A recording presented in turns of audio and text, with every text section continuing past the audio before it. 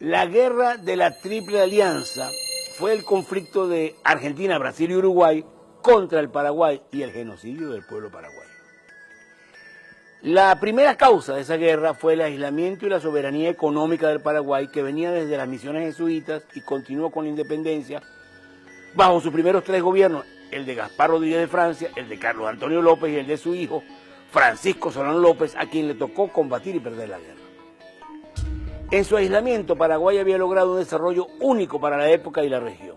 Era un país sin desempleados, sin deuda externa, la educación era gratuita y obligatoria, poseía industrias textiles y siderúrgicas del papel, tinta, loza, pólvora.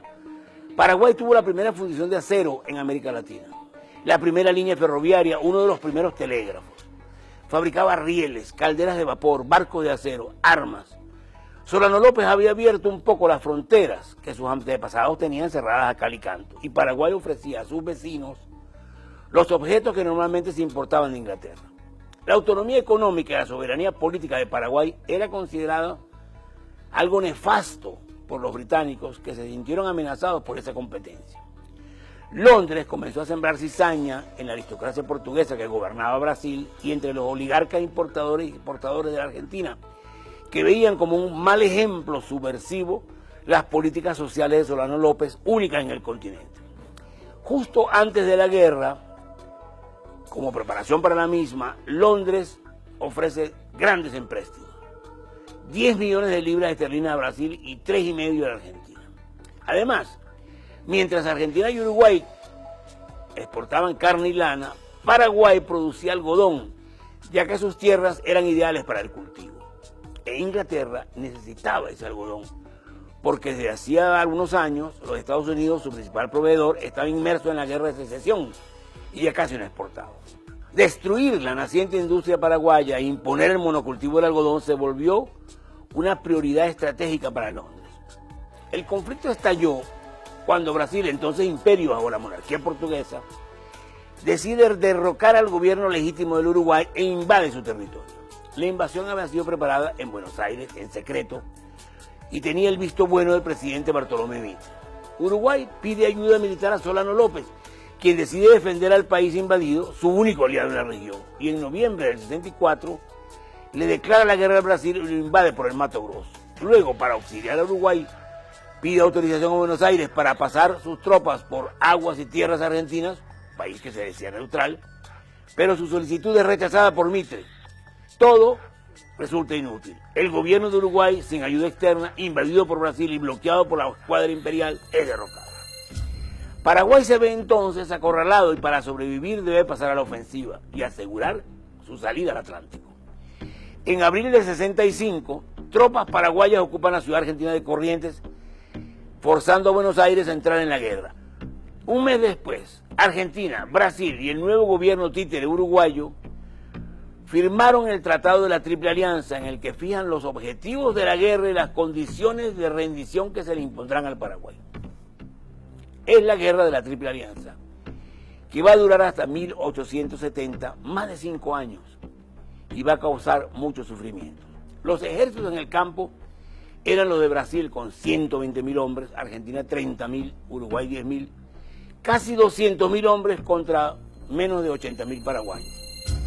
La mayor parte de la guerra fue para los paraguayos de resistencia a la invasión, que comenzó el 16 de abril del 66, cuando un ejército aliado de unos 50.000 hombres cruzó el Paraná y entró al territorio paraguayo.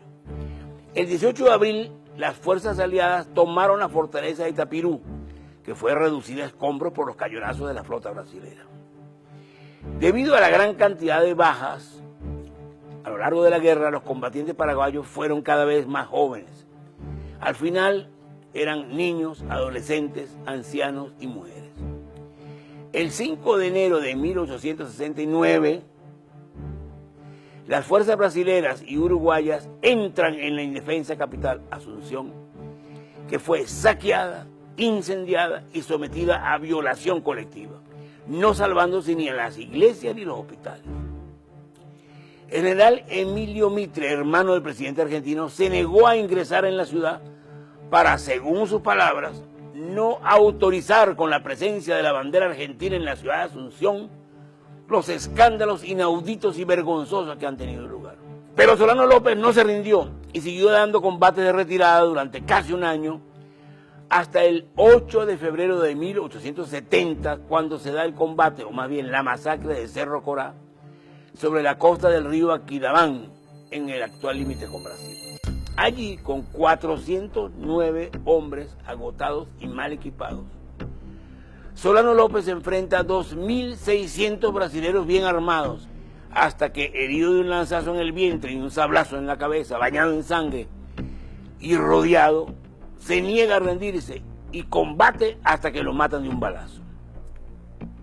La guerra de la Triple Alianza fue una hecatombe. Además de los combates, el hambre y las epidemias contribuyeron a la mortandad, sobre todo para Paraguay, que va a perder no solo 300.000 kilómetros, sino casi la totalidad de su población. Hoy se discute mucho sobre las bajas paraguayas, que la Enciclopedia Británica de 1911 estimaba en más de 1 millón de personas. Los prisioneros paraguayos, en su mayoría niños y adolescentes, fueron todos vendidos como esclavos a los hacendados del Brasil. Inglaterra y las oligarquías regionales lograron su cometido. Paraguay nunca se recuperó y su ejemplo se perdió en el atraso.